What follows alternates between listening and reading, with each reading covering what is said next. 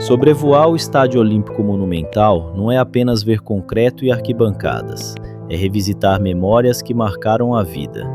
Eu, como gremista forjado na década de 90, carrego comigo uma história construída desde criança. Eu estive aqui, no dia 4 de outubro de 2008. Grêmio e Botafogo de Futebol e Regatas se enfrentavam pela 28ª rodada do Campeonato Brasileiro. E aquele dia foi inesquecível. O Grêmio venceu de virada, em um jogo cheio de emoção, e chegou à vice-liderança na luta pelo título. Mas o que tornou tudo ainda mais especial foi estar aqui pela primeira vez, porque até então eu só conhecia esse estádio pela televisão, sempre ao lado da minha mãe, vivendo cada jogo, cada lance, cada emoção. E naquele dia eu deixei de apenas assistir, para sentir de verdade o que é estar dentro desse templo do futebol. Hoje, vendo tudo isso do alto, fica a certeza: alguns lugares não são apenas estádios, são parte da nossa história.